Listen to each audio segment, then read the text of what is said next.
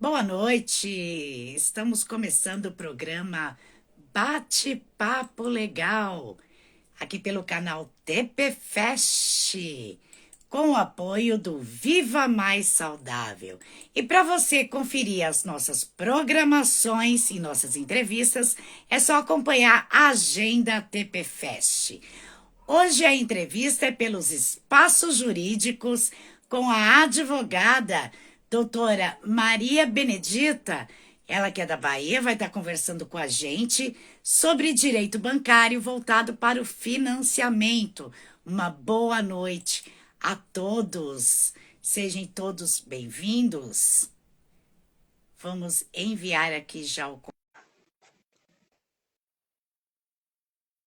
Estamos aguardando a conexão.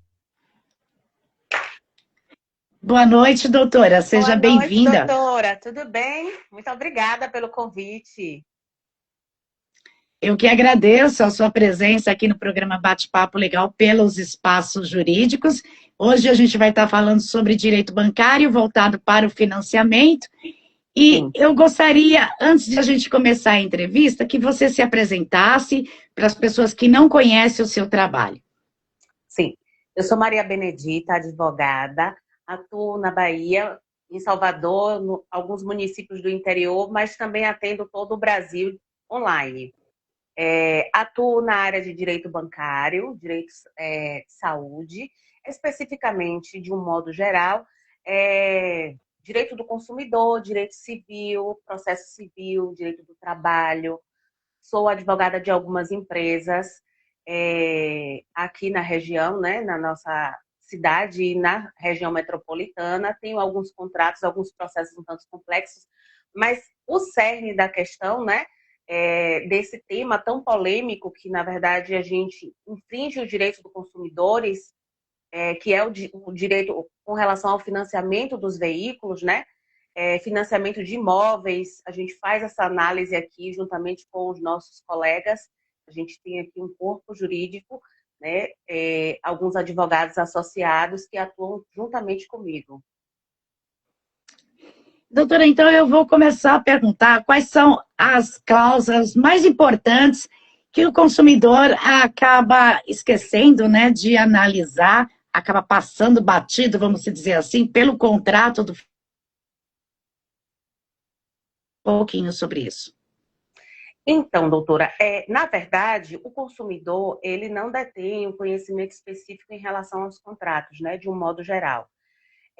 Especificamente com relação aos contratos de financiamento, que são, via de regra, contratos que são engessados, são contratos de adesão, o consumidor ele não tem a possibilidade de discutir se ele aceita ou não aquela determinada cláusula. E o único meio possível para discutir, para dirimir essas questões, é o judiciário, né? Então, ele tem que ajuizar uma ação. O problema é que o consumidor, quando ele busca esse amparo judicial, nem sempre ele é ouvido, né? Entende-se hoje que exista uma, entre aspas, má-fé nessa discussão.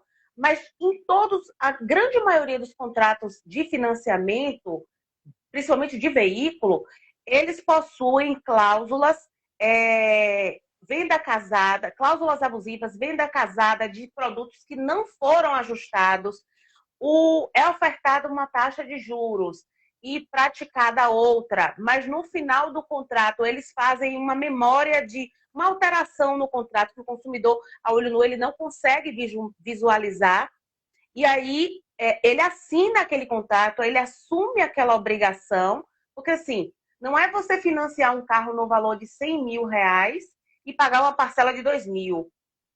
A gente precisa entender o que está inserido no contrato. O que é, por exemplo, a taxa 7, que é a reunião de todas as taxas, e essas taxas elas são inseridas no contrato, inclusive, por exemplo, com relação ao seguro prestamista, com relação à avaliação do veículo, uma taxa imaginária que eles colocam, que eles inserem no contrato e que o consumidor ele não detém esse conhecimento, entendeu? Então, da análise desses contratos,